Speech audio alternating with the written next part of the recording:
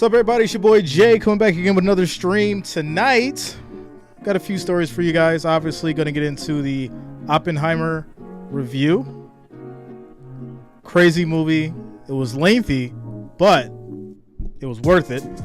Obviously, then we're going to get into your Los Angeles Rams, and then, of course, the Las Vegas Raiders. Also, a Bills update for my Bills Mafia that we got to address, so we'll get into that too. Before we get started, make sure you guys smash that like, that thumbs up, and of course subscribe to the channel. Click that bell, turn on your notifications, that way you don't miss a stream, content, and more. Also, needed to address a couple things with you guys. I don't know how excited you are, but I'm very excited. Football starts next Thursday, ladies and gentlemen. And we will be streaming the Hall of Fame game on August 3rd. Next Thursday, our first NFL game of the season. If you're not hyped for that, if you're not ready to go, if you're not excited, if you're not jumping for joy, something's wrong with you. Because we are ready to go. First game of the NFL preseason starts next week. And I am excited. It is our time to shine. Shout out to the Wrench Gang. Shout out to the family. Shout out to all the listeners and watchers. Thank you to all you guys for rocking with us today. Shout out to Baseball Guy. What up, man? Pro Gamer 24 says, yo, remember you said me and you could play Madden? Let's play. We can get into the Madden thing. What's up, Dulo? Tactical. Tennessee Tactical in the building. What's up, bro? What's going on with you? Pro Gamer, yeah, we'll figure out Madden, man. Send me an email. We'll link up. My man Dulo in the house. All right, so check it out. Me and the lady went out, had a great evening, went to go see Oppenheimer, and it was absolutely incredible. I'm just going to start there. The snacks, I ended up buying the snacks. She brought in the drinks, though. I had to get something in, all right? I wasn't going to pay for everything at the movie theater. I was going to get something in. So she brought in the drinks in her bag. I went and bought snacks at the concession stand, and Regal Cinemas got about $50 out of me. But it was worth it. For those who are not familiar about the movie Oppenheimer, it's in regards to the man, the legend who created the atom bomb. And it basically highlighted in a documentary fashion as far as the series of events that basically led to him creating the atom bomb, and of course the U.S. government eventually using it. So obviously I'm not going to get into the particulars and give you any spoilers, nothing like that.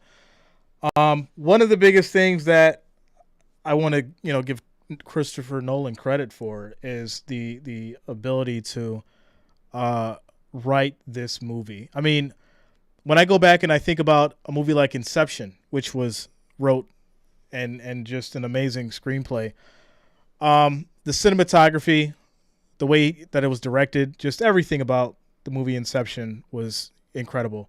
And this would be just, for me, this movie gives that a run for its money without a doubt. Probably one of the best movies I've seen in a long time. It was a little long. It was 3 hours long. But it wasn't a boring 3 hours. And a lot of people who watch, films like this or documentaries or movies like this kind of get into the sense of, you'll have something crazy going on for a little while and then it kind of slows down because of dialogue and things like that. No, I was pleasantly interested the whole 3 hours. And in fact, I was wondering why. I was sitting there like, man, like, okay, well, why haven't I got to a point where it's like a down moment? And there was certain times in the movie where there was, like I said, I don't want to give any spoilers, but there were certain things that were very climatic and certain discussions that obviously if you haven't paid much attention to this story in real life or, World War II in general, the Manhattan Project, Trinity and things like that, it'll kind of open your eyes to as far as, what happened, obviously from this director and movie standpoint and how it was written, but also just, the series of feelings and emotions for the scientists involved and how the people felt after they helped create the atom bomb and everything like that. So I want to give a big shout out to Cillian Murphy. He's amazing. Emily Blunt was fabulous as playing as his wife, as Oppenheimer's wife. I want to give a big shout out to Mr. Robert Downey Jr., who put on a masterclass of acting in this. I'm a big Iron Man fan. I'm a big fan of Robert Downey Jr., especially with him coming back and doing what he did with his career. I think this solidified him as being one of the top actors of our generation. So, without a doubt, if you have not seen this movie, you don't have to take my word for it, but go read other reviews. It is definitely worthwhile if you're a fan of history, World War II, all that kind of stuff. So definitely go check it out. I'm going to watch it a second time. I'm not going to go to the theater again, but I'm definitely going to watch it a second time because I'm sure I missed something within those 3 hours. But without a doubt, check it out. And you guys will definitely enjoy it. Shout out to James. What's up, man? What's going on with you, bro? Tactical says, Christopher has that eye for scenery and cinematography. Listen, I was absolutely blown away. The score, like the cinematography, the writing, the acting, it was top notch. I also read another article in regards to some of the actors didn't even know that they were getting the script for this movie. They didn't even know that they were getting a role for this movie when they were handed the script, and it was pretty much instant when they were given the role. So that lets just the thought that went into this and everything as far as with the creative process and how secretive it was and all that kind of stuff. And you can tell the love and the energy and the passion that went into this specific movie and why it's performing the way that it is. For a 3-hour movie, it's absolutely amazing. So yeah. Shout out to Jennifer.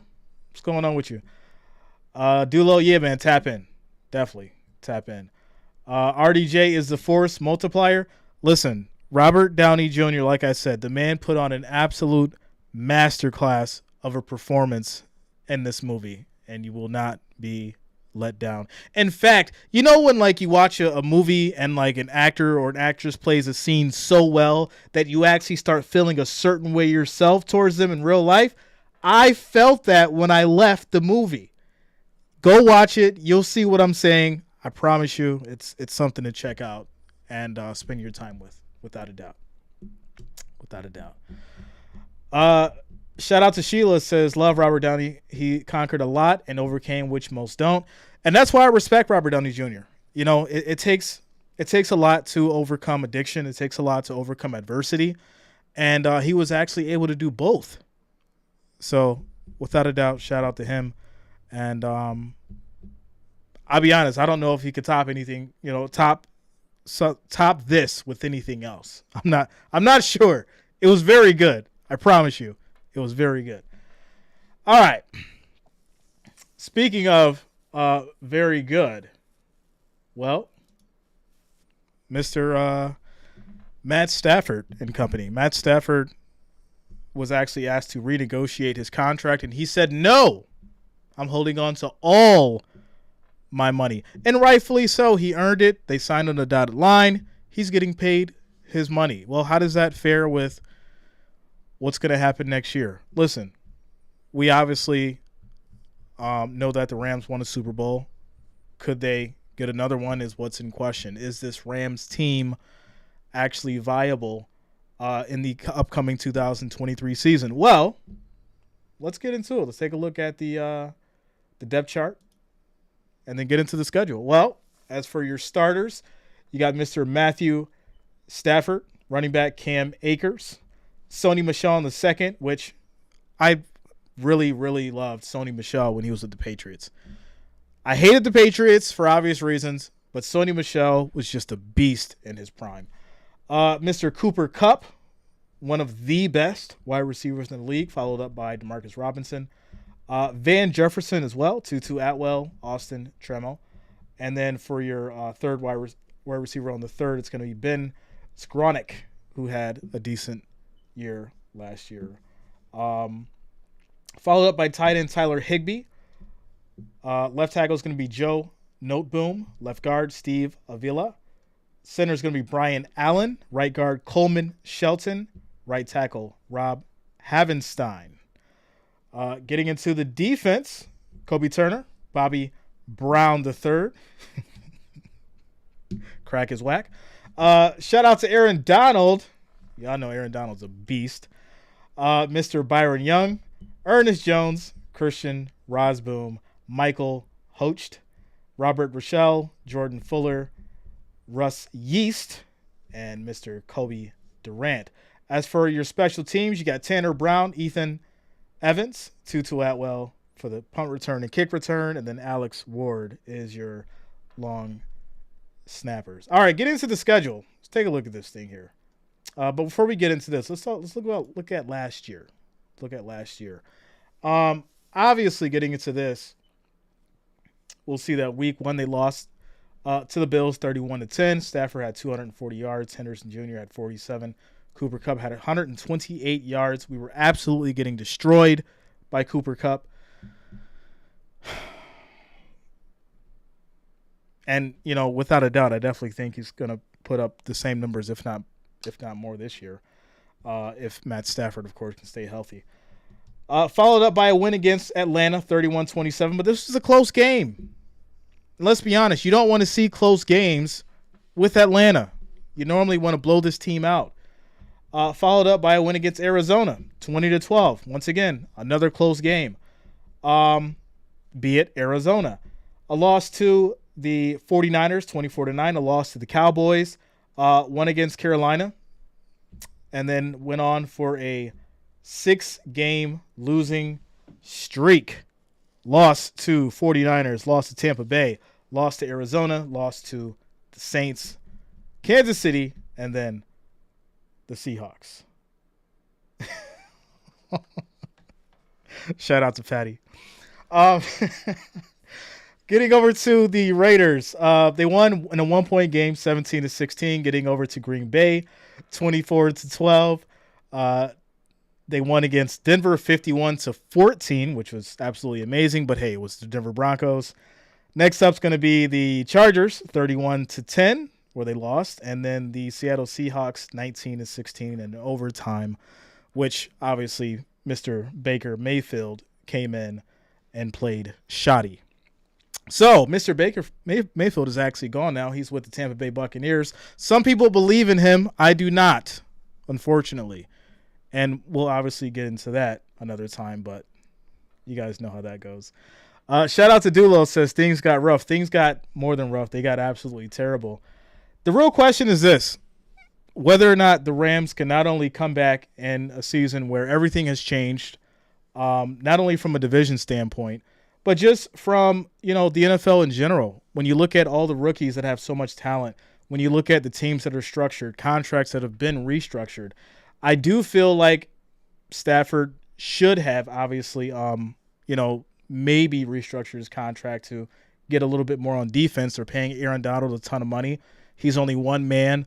I would say maybe pick up a couple more, linebackers, maybe some more strong safeties. But, hey, they're going to have to work with what they have to work with. But that was last year. So let's get into this year. So they're going to start off against the Seattle Seahawks on September 10th, get into the San Francisco 49ers on the 17th, Cincinnati Bengals on the 25th, Indianapolis Colts on October 1st, followed up by the Eagles, Cardinals, Pittsburgh, Cowboys, Green Bay. Bye week is week 10. Seattle Seahawks is the 19th. Cardinals on the 26th. Browns on the 3rd. Ravens, Commanders, Saints, Giants, and then the 49ers. As far as the preseason, they'll start against the Chargers, followed up by the Raiders, and then Denver. All right. George says, Rams aren't my cup of tea. I see what you did there, George. Shout out to you with the Cooper Kupp joke. Dulo says, I agree after a season like that, but I do say get your money. Listen, this is the year of getting your money.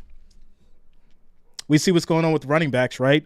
Nobody wants to pay running backs this year because of obviously the way that the game's changing from the quarterback position and how much they're going to be utilized.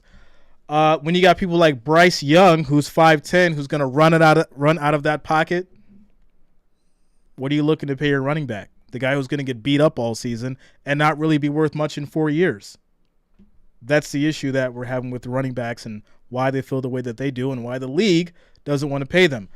But hey, Matthew Stafford isn't one of those quarterbacks. He's going to stand in that pocket. He's going to try to pass the ball. Will he get out there and run a little bit? Sure. But he's not going to get you 50 yards in a game. He may get you 10 to 20 at most.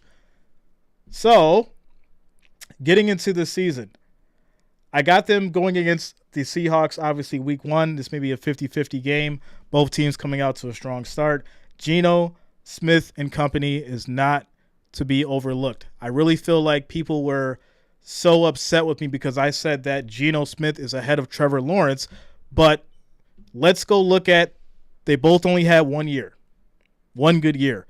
And even though Geno Smith has been in the league for over 10 years now, I get it. A year is a year. Trevor Lawrence has been in the league for 2 years. Well, going on 3 now. So what have you done for me lately, right? If they both had 1 year apiece, they're in the same boat. It doesn't matter if Geno Smith's been in the league for 20 years and Trevor Lawrence has been in the league for 5. They both have 1 good year under their belt. Geno Smith threw for more yards, more touchdowns. They both made it to the playoffs. But hey, getting into this schedule, I think this is a 50-50 game, to be honest. They're both going to start off strong. 49ers, depending on the quarterback situation there, with Trey Lance coming back, once again, it's a toss-up whether or not Trey Lance is actually going to be available to play at his full potential, utilize those pieces that Mr. Brock Purdy was. That's going to be the question. But I am going to give the edge to the 49ers. I'm going to take the Cincinnati Bengals. I'm going to give the Rams the Colts game. They're going to play against the team who lost the Super Bowl, which is the Eagles. I'm going to give that to the Eagles, though. Followed up by Arizona. I don't think Arizona has a chance this year. I'd be surprised if they win any game. Followed up by Pittsburgh with Kenny Pickett. I'm going to go Pittsburgh on this one. I think Kenny comes out strong. Cowboys. I'm going to have to go Cowboys here. Green Bay is another 50-50 game for me. Jordan Love is fresh. He's new. I got to see him play before I really, really dig into the Green Bay team again. Week 10 is going to be a bye week, obviously. The rematch with Seattle Seahawks, same thing. Cardinals should be a loss. They should beat the Browns. Baltimore's not going to be easy. You obviously got Lamar Jackson. Mr. Odell Beckham Jr. is looking to ball out. I'm going to give the edge to Baltimore. Commanders, they'll beat the Commanders. I'll give them that one. Saints, I think another 50-50 game. That's going to be Thursday Night Football. The Giants, Saquon Barkley having such issues with his contract. I think that's going to affect team morale to a certain extent. Hopefully they'll have everything figured out. But, hey, we'll see. I'll give the edge to the Giants on that one. And then, obviously, the rematch with the 49ers come week 18. So, there you go. Shout out to Tactical, says, go ahead, let's talk D-Hop and the Titans. He wants the money. He might win 10 over. Tactical, I'm not even trying to go there with you because I know you're upset when I talked about those Titans in regards to the Super Bowl. But listen, it was a good D-Hop was a good pickup for them for a couple reasons. Obviously, you guys needed a strong veteran wide receiver. You guys needed him for team morale, someone that, you know, the rookie can throw to, or not the rookie, but, well, yeah, the rookie, basically can throw to, and essentially lead to, you know, a better opportunity that will lead to touchdowns, you know. DeAndre Hopkins is a touchdown machine, so he's going to get those yardage, and he's going to be able to make those long plays that, you know, the Titans need and that other teams really aren't expecting. So if he can get the ball, which we know he can catch it, but the real question is, can the quarterback throw it to him? If he can get the ball, then I definitely foresee, you know, him being a viable factor out there for the Titans. Shout out to Rez Macho. What up, man? What's going on with you, bro? Calvin Ridley. Why you want me to go back in town, Sheila? Y'all want me to go back in time so bad. We got to get through these Raiders first. Let's get through these Raiders. Mr. Jimmy Garoppolo and company. Next up. So, Las Vegas Raiders. One of the biggest issues right now going with Mr. Garoppolo is his contract and whether or not that's going to become an issue starting in week 1. We're so close to the season starting, And I feel like all these contracts, all these issues with teams are not only going to lead to chemistry problems, but from a standpoint, you're probably going to look at roster changes coming from, a front office change. So what's going to happen? Well, for right now, we'll get into the depth chart. So at second, you obviously have Brian Hoyer, Aiden O'Connell, and then Chase Garbers, which if Jimmy can't start, Brian Hoyer will be okay. And that's a strong okay, because we know what Hoyer did with the Bears, and it just wasn't good. We'll keep it going. Shout out to Josh Jacobs, who's a running back, who's going through that issue with his contract, so that's another issue. Devontae Adams, right? Where is he in his career? How good is he going to be right now? Does he still have those same kind of legs? Jacoby Myers, obviously coming over from the Patriots. I do expect him to do well. Hunter Renfrow, he's been great. I do expect him to still ball out. Austin Hooper, Jacob Johnson getting into the offensive line. Colton Miller, Dylan Parham, Andre James, Alex Bars, and then Jermaine Ulamunar. Getting into your defense, Raiders veteran Max Crosby. He's going to ball out without a doubt. Jerry Tillery, Bilal Nichols, Chandler Jones, Divine Diablo, Robert Spillane, Luke Masterson, Nate Hobbs, Marcus Epps, Trevon Morig, and Marcus Peters. Y'all know Mr. Peters coming over from the Ravens. Getting into special teams, Daniel Carlson, A.J. Cole. Punt return and kick return is going to be DeAndre Carter and Trey Tucker. And your long snapper is Jacob Bobbin Moyer. So, yeah, that is your depth chart for those Raiders. Tactical says, we're glad to have him. I feel like we can win 10. I do think Tennessee can win 10. It's not hard to see it. It's just whether or not they can pull together those games that will be difficult, right? If the coach is actually watching the tape and preparing the defense and all that kind of stuff, and, the offense comes with that talent that we know they have, then, yeah, they should be able to win 10. But, sometimes the dominoes don't all fall in place, and that's why I gave the review of the Titans that I did, and some of you were upset with me. But it's all love. Y'all know how we do when the season comes. It's all fun. Dulo says, I believe things like that kills team chemistry. Exactly. Right? I preached about chemistry. I preached about, the issues that contracts have with teams, and just simple stuff. Even the stuff that we've been dealing with, with the Bills Mafia and Stephon Diggs. Just the stuff that lead, to people becoming divas and, feeling a certain way because they may not be getting enough touches or because they don't feel like they're the man on the team or getting the accolades that they need. All that kind of stuff plays into the locker room, and it does affect the level of play at a high level. So, you want to kind of, if you're not just a coach but the general manager and the team owner, you kind of want to make sure that your team morale is probably number one on the checklist of everything else. That's just my take on it. So yeah. All right, let's get into the schedule. 2023 schedule for the Raiders. Obviously, week 1, they're going to play the Denver Broncos, followed by my Bills. Bills Mafia goes on to the Steelers, Chargers, Green Bay Packers. It's going to be a Monday night game. New England Patriots, Chicago Bears, Detroit Lions. That's another Monday night game. Giants, Jets, Miami, KC. Woo. It's going to be tough. Followed up by Minnesota, the Chargers, KC again, Indianapolis Colts, and then Denver. Preseason is going to be the 49ers, Rams, and then the Cowboys. So to be honest, they have a good start early on. I would give them Broncos, even though I consider that to be a fair game. Obviously, I'm taking my Bills Mafia. You know how we do. Speaking of Bills Mafia, says, Jay, are y'all sick of Diggs right now? I'm not sick of Diggs. Listen, the man wants to win. He wants a Super Bowl ring. We want a Super Bowl ring. And at the end of the day, I think if you do have the right kind of level of, determination, the right kind of passion, the right kind of energy, then yeah, you should feel upset if your team wasn't able to get there. Now, how you handle it, right?